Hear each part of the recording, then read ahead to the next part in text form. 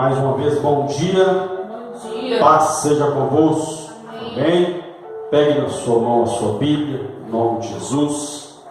Abra no livro de 1 Samuel, capítulo de número 16, em nome de Jesus. 1 Samuel, capítulo de número 16. Glória a Deus. Verso de número 1.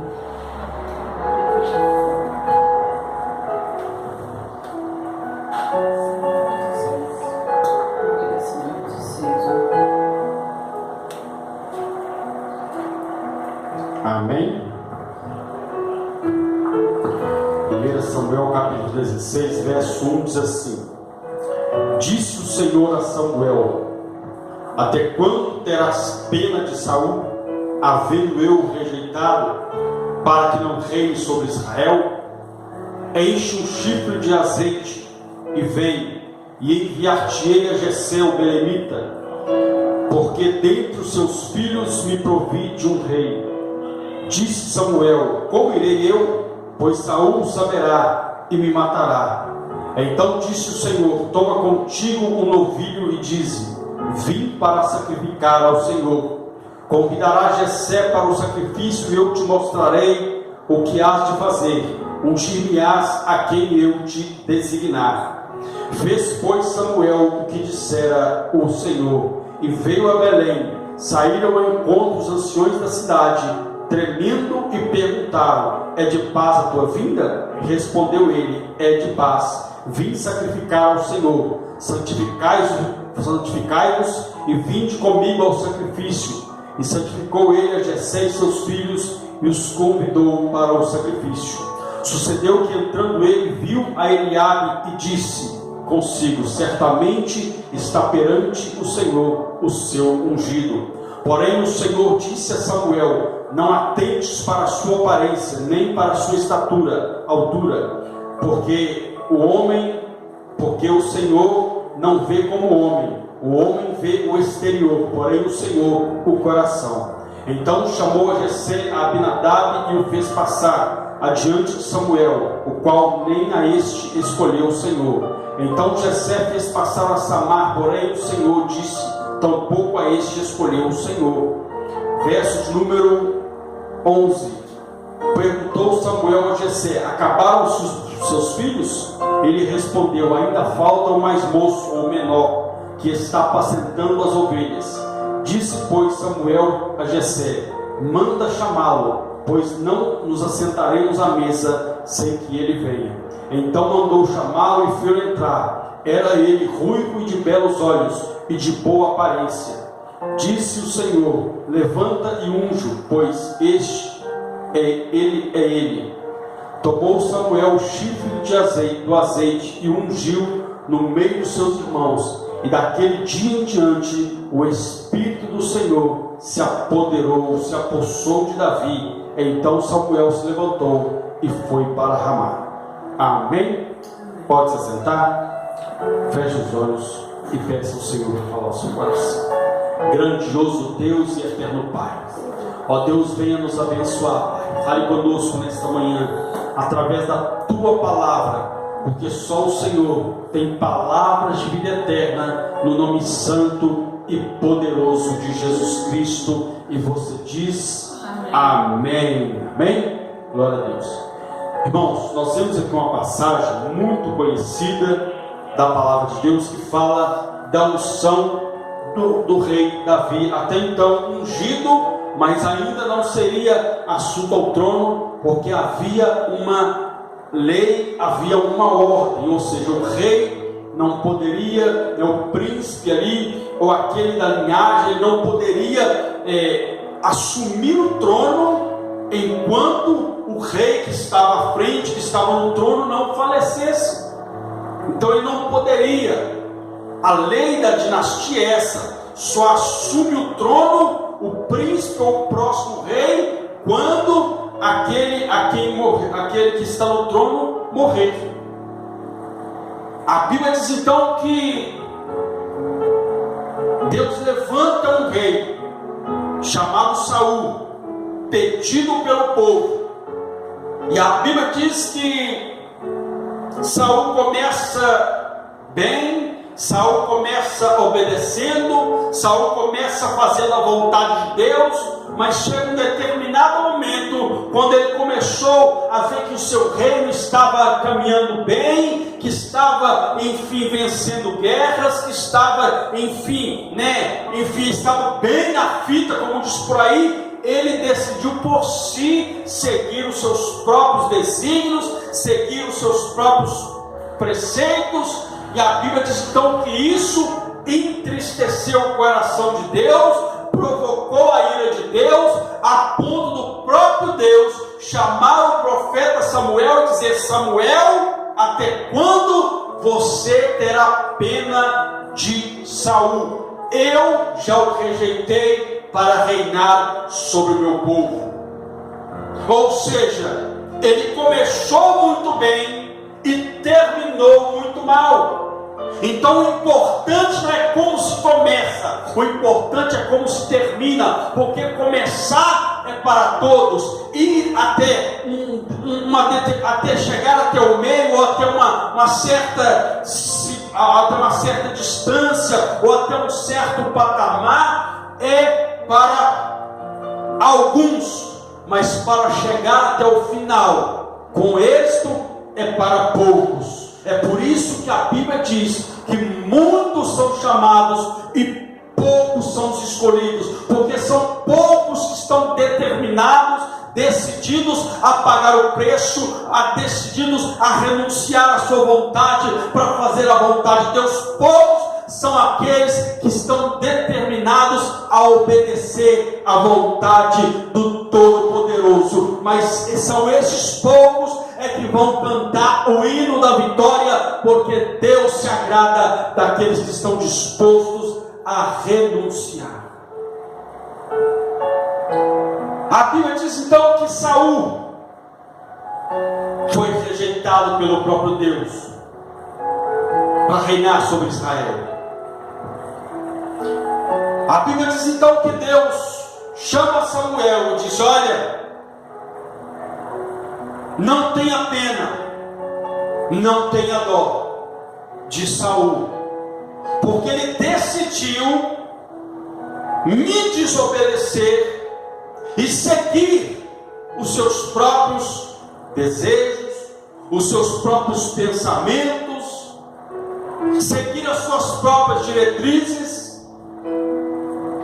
E a Bíblia diz que o coração do homem, ele é enganoso. A Bíblia diz que o homem faz planos, que há caminhos que aos olhos do homem parecem bons, mas o final deles é a morte. E foi o que aconteceu com Saul. Saul começou desobedecendo, começou a fazer tudo que era contrário à vontade de Deus, e o final dele foi a morte. A Bíblia diz então que Deus fala com Samuel: eu já me provi de um novo rei, um homem segundo o meu coração. Estava falando do próprio Davi. E a Bíblia diz então que Davi foi ungido. Nós lemos o último versículo, que Davi foi ungido na presença dos seus irmãos. Mas algumas coisas aconteceram para que o plano de Deus se cumprisse sobre Israel. A Bíblia diz então que Samuel, ele vai até a casa de Jessé. Mas antes dele ir à casa de Jessé, ele faz uma indagação ao Senhor. Ele diz: Senhor, como eu vou ungir o novo rei? Se Saul souber disso, ele vai me matar. Ele vai me matar. Ou seja, Samuel, ele conhecia a índole de Saul. Samuel conhecia a perversidade de Saul, e ainda assim ele tinha pena. Ainda assim ele estava dando crédito, insistindo com alguém que Deus já havia rejeitado. E nós temos que tomar muito cuidado, que às vezes nós estamos insistindo em algumas coisas que Deus está reprovando, insistindo em algumas decisões, insistindo em algumas amizades, insistindo em algumas situações que Deus já disse: chega.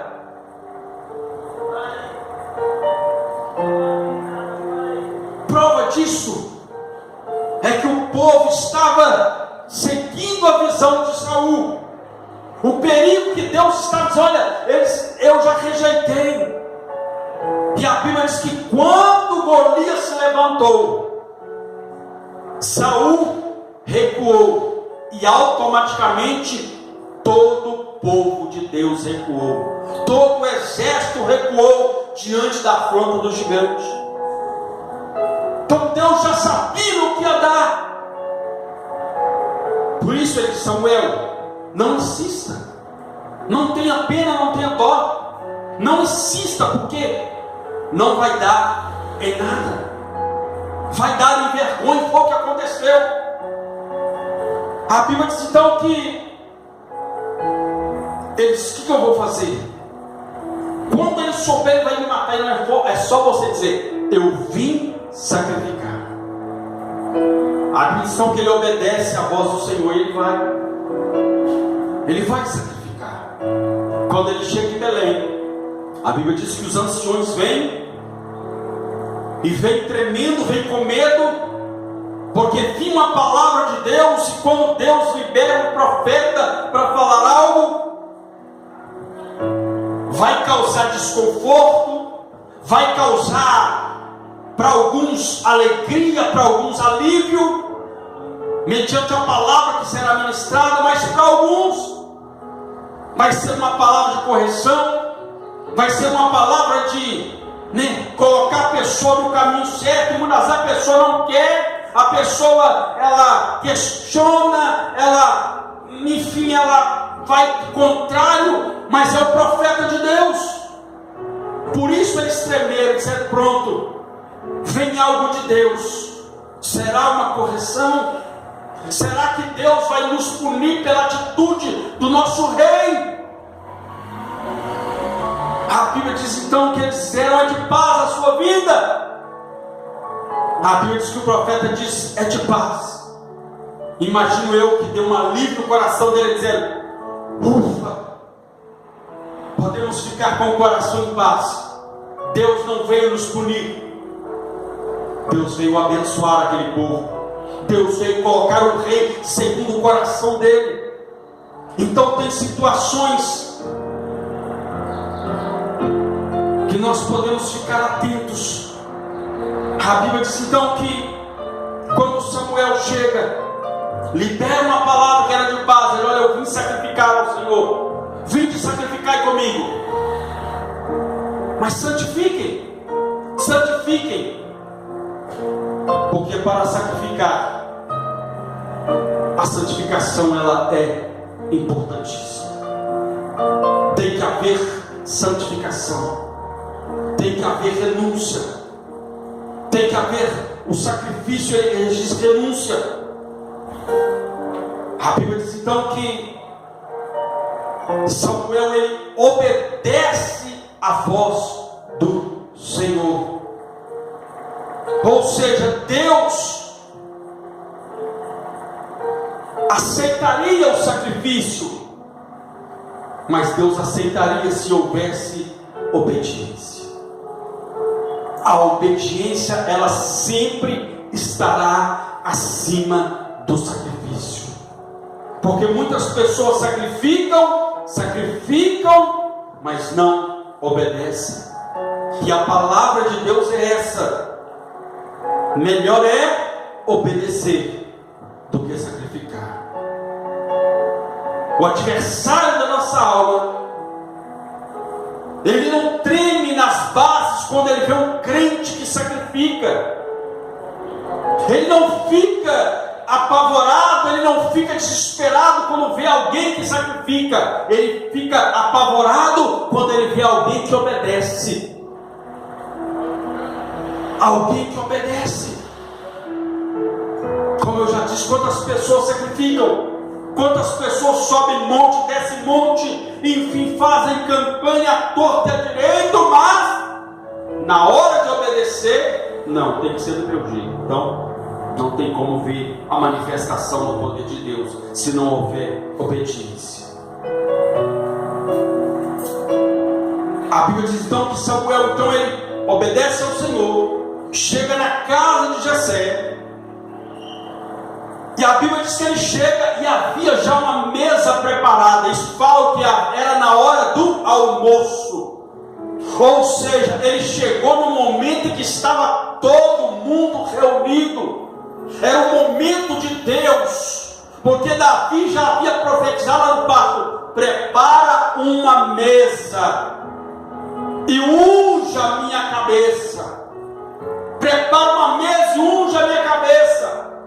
Então foi no momento, da mesa, no momento que estavam todos reunidos. Se fosse no momento de trabalho, alguns estariam em casa por serem mais novos, outros por serem mais velhos, e outros por serem mais jovens estariam trabalhando, com mais idade, mas estariam trabalhando. Então foi na hora do almoço, na hora da reunião da família, na hora do almoço, foi-se o tempo onde as famílias se reuniam todas em volta da mesa. Foi-se o tempo, mas nesse tempo ainda vigorava, a família se reunia. Então na hora do almoço estava todo mundo junto. Hoje é meio difícil, por causa do trabalho, por causa dos afazeres, mas não podemos desprezar. Temos que separar um momento para a mesa. Não precisa ser na hora do almoço, não precisa ser na hora da janta, não precisa ser na hora de um lanche, não.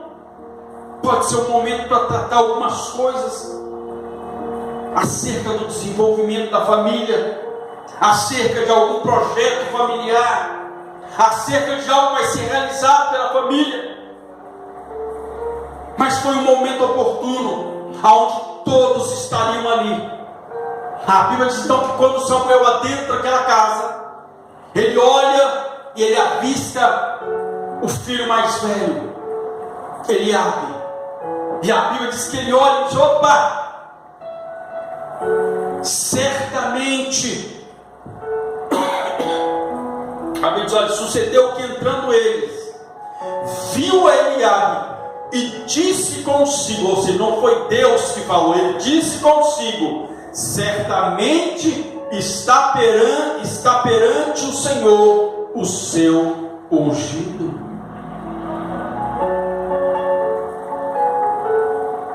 Samuel já estava pronto para derramar o azeite na cabeça de Eliabe.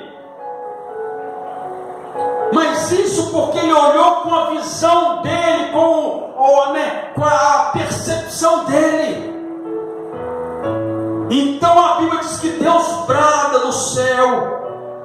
Porém o Senhor disse a Samuel: não atentes para a sua aparência. Ou seja, Deus não se deixa levar pela aparência. Deus não está pegado à aparência.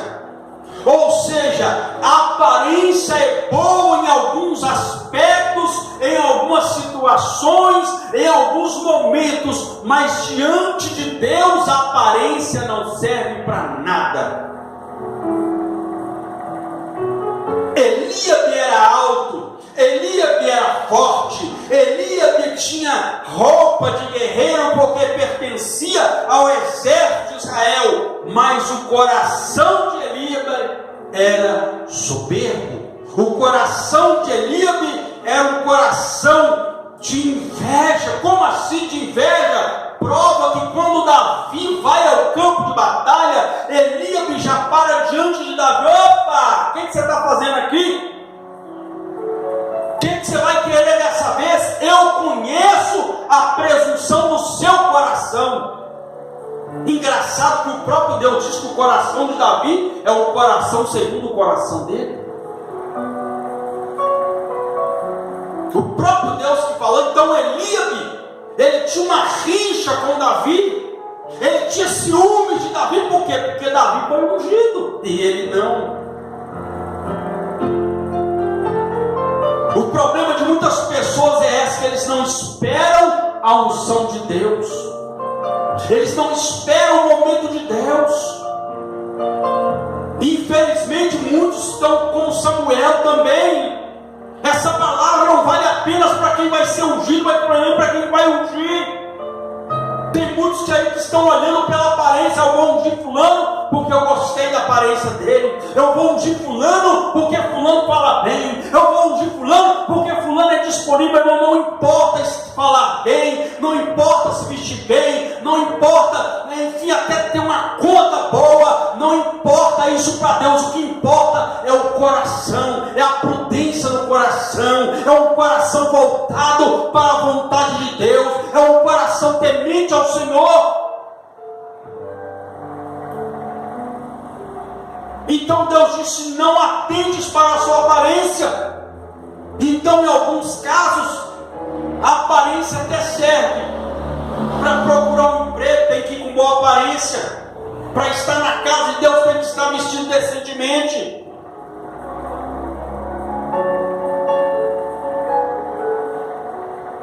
Pessoa que trabalha numa empresa, ele tem que estar vestido também com uma boa aparência ali, porque a empresa exige isso. Para isso serve. Mas para algumas realizar algumas coisas, para fazer algumas coisas diante de Deus, a aparência não serve para nada. Fulano é bonitinho, e aí? Ele teme a Deus? Fulano é muito, ele teme a Deus? Tem vida com Deus? Então não adianta mudar por fora e não mudar por dentro. Não atentes para a tua aparência e nem para a sua altura, e nem para a sua altura.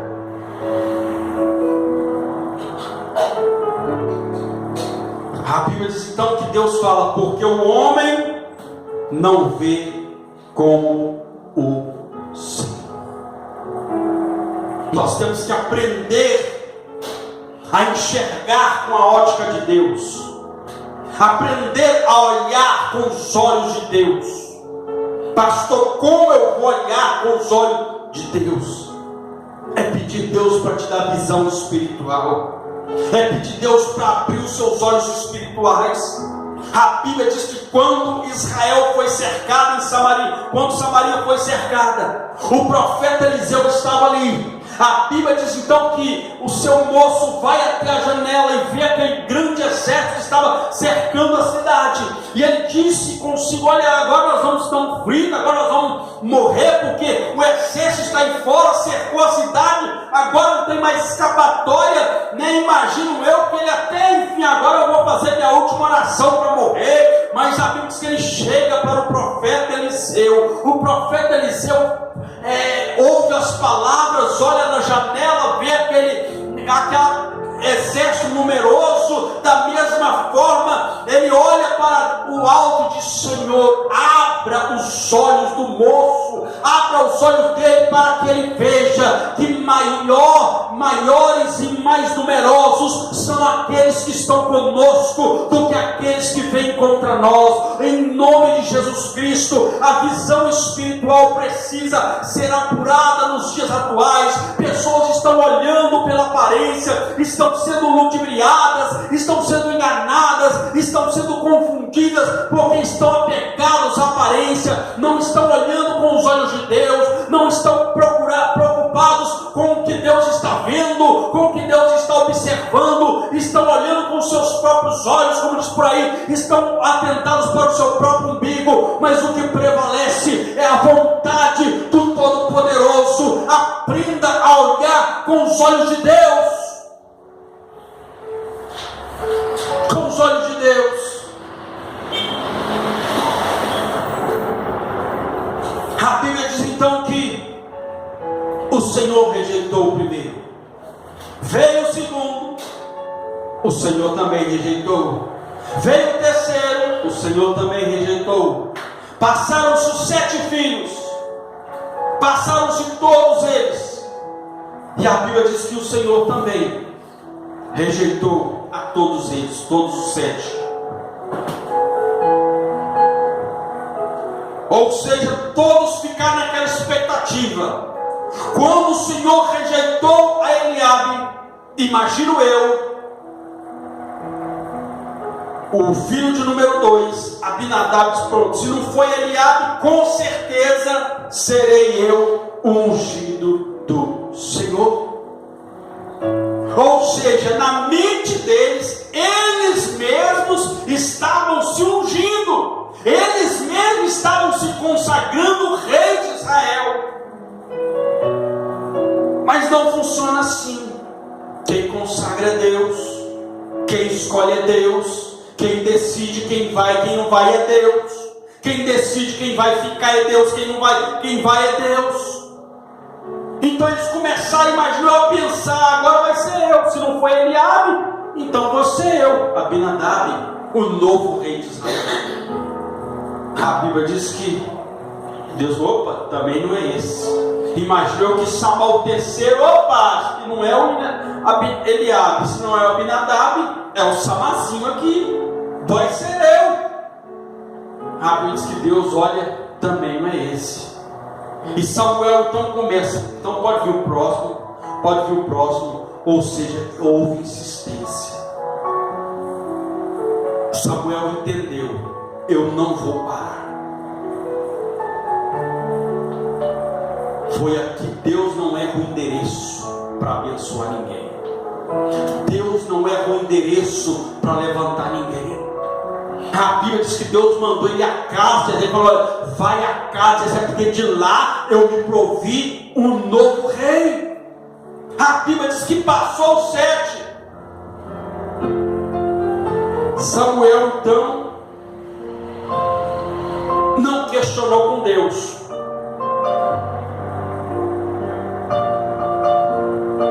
Ele não falou: Deus, só falou que estava aqui, passou os 7 aqui. Todos eles só falou que é ninguém. Será que é o Jessé? Mas não é que só falou que é filho dele. Então ele não questionou. Ele simplesmente chegou para quem Deus disse: olha, vai à casa de Jessé, porque dos seus filhos, opa, aí está a chave. A Bíblia diz que ele olha e diz: opa, Jessé, porventura acabaram-se os seus filhos? A Bíblia diz que ele, não, ainda falta o menor. Ainda falta o menor.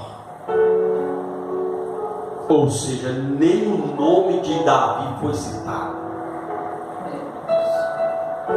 Eu prefiro ter o meu nome não citado aqui, mas ter o meu nome escrito no livro da vida. O próprio Senhor Jesus disse: não vos alegreis porque os espíritos se submetem a vós, não vos alegreis porque vocês choram e as pessoas são libertas, são curadas, mas vos alegrai-vos porque o vosso nome está escrito no livro da vida. Enquanto os homens nos rejeitam aqui, enquanto nos colocam até outros nomes aqui, o nosso nome está cravado na mão do Todo-Poderoso, o nosso nome está escrito no céu. Aleluia! Aleluia! E a Bíblia diz claramente que o nosso Deus, Ele nos conhece e nos chama pelo nome. Deus nos conhece e nos chama pelo nome. Ainda que falem mal do nosso nome, preserve o seu nome. A Bíblia diz: é melhor um bom nome do que um bom perfume. Por quê? Perfume, tem perfume que você usa, você passa na rua assim, ó, não tem um que fala: mas que perfume gostoso. Tem uns que você entra no lugar e exala o lugar todo. Mas a Bíblia diz que é melhor um bom nome que um bom perfume. Por quê? Porque uma hora o cheiro do perfume vai passar. uma hora a essência do perfume vai cair por terra, mas o bom nome, a essência não. Aonde chegar, por isso quando Jesus chegava num lugar, o nome dele já estava lá. O nome de Jesus chegava na frente. Vem aí aquele que faz o cego enxergar. Vem aí aquele que tem palavras de vida eterna. Vem aí aquele que ressuscita mortos. Então o nome de Jesus chegava primeiro. É por isso que a Bíblia diz que ao nome de Jesus foi dado esse nome, que está acima de todo nome. Então nós temos que preservar o nosso nome. Mas aqui, até o nome de Davi foi desprezado. Não, ainda falta o menor. Tudo bem, ele pode para vocês não ter nome, ele pode ser o menor, mas é esse aí que eu vou usar. É o menorzinho, é o desprezado, é aquele que ninguém dá mima. É esse que eu vou levantar. É aqueles que eles rejeitam, é que eu vou levantar. Eu vou levantar. É só para quem aplaude e glorifica esse Deus poderoso. Aleluia. Então a Bíblia diz que Deus falou: aparência para mim não. Esse aí eu já rejeitei, e rejeitei o outro, e rejeitei o outro. Mas a Bíblia diz que quando falou chama o menor, a Bíblia diz que Samuel disse: opa, então ninguém vai se assentar na mesa enquanto eu não chegar. Imagina a hora do almoço, você naquela fome, como diz, a barriga lá nas costas, a mesa farta. Como diz aquela história, só come com o olho e lambe com a testa. Samuel falou: ninguém vai sentar à mesa enquanto ele não chegar. Eu imagino que na hora que falou, então manda chamar. Não imagino que a pessoa que mandou chamar, ela foi, como diz por aí, foi a milhão. Foi correndo, com fome. A mesa preparada, eu vou esperar. Imagina se Davi fica até 4 horas lá no pasto. Se Davi volta às 6 horas da tarde, que hora nós vamos comer? Imagina que foi às pressas, foi já Davi, vem embora, porque estão te chamando lá em casa, estão te chamando lá, a mesa já está pronta, está na hora. Meu irmão, sabe por que acontece isso? Porque Davi era assim. Já viu aquela pessoa, né, que eu já disse. Hoje, né, devido aos afazeres, às vezes não pode estar todo mundo na mesa, mas vai ver aqueles casos que a última pessoa é o leão que pega o que sobrou. Era o caso de Davi. Davi era o último a chegar. E o último sempre, né, vai no restaurante no final do expediente. A carne boa já foi embora. O arroz bom já não está mais bom como antes. O feijão. Então os que chegam no final pegam o final. Mas só que com Deus o melhor fica para o final. Deus estava hoje, Davi vai comer comida fresquinha. Hoje Davi vai comer comida fresquinha. Hoje ele não vai ser o último, hoje ele vai ser o primeiro. Hoje ele vai ser o primeiro.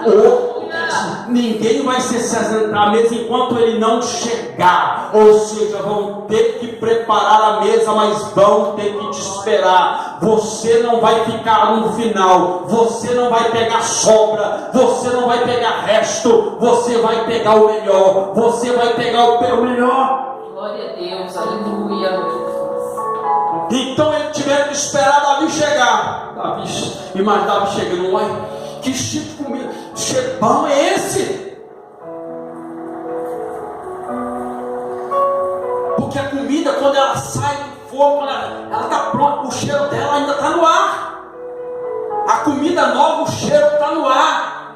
Mas quando passa, que esfria, não pega o cheiro, até o gosto já não é mais o mesmo. Então Davi estava acostumado a comer coisa que já não tinha mais o mesmo gosto, já não tinha mais aquele cheiro, o paladar já não era mesmo que ao princípio não era. Mas naquele dia Deus resolveu a mudar a fila, a mudar a história. Então Davi chega, mas justiça, aquele cheiro, maravilha, comida, acabar de fazer comida. Será que é por minha causa? É por sua causa mesmo, Davi. Foi Deus que preparou a mesa. Porque lá no pasto, Davi, Senhor, prepara uma mesa. Prepara prepara uma mesa na presença dos meus adversários e unge a minha cabeça. E foi aqui que Davi foi ungido. Prepara. Como eu já disse aqui, os irmãos de Davi não eram inimigos, eram adversários. O inimigo quer ver a pessoa destruída, morta, para tomar o lugar dela. O adversário não, o adversário é como uma corrida, é como um futebol. Todos os dois são adversários, todos estão com o mesmo propósito, querem a vitória. Todos querem a vitória. Só que os irmãos de Davi eram adversários, eles queriam a vitória, mas de uma forma errada. Estavam sempre querendo deixar Davi, né, no canto, sempre rejeitando Davi. Eu ainda não li essa história, não vou falar que é, mas vou pesquisar, porque a gente tem que pesquisar. Já ouvi alguns dizerem que Davi não era filho da mesma mãe dos irmãos dele. Ou seja, segundo alguns disseram, por isso que eu vou pesquisar para não ter certeza, que Davi era filho de um caso que Jessé teve fora. Não sei, é o que dizem por aí. Então eu não vou entrar nesse mérito, é só para tomar uma base, porque uma das rejeições dos irmãos de Davi. A Bíblia diz então que Davi chega e o Senhor fala claramente: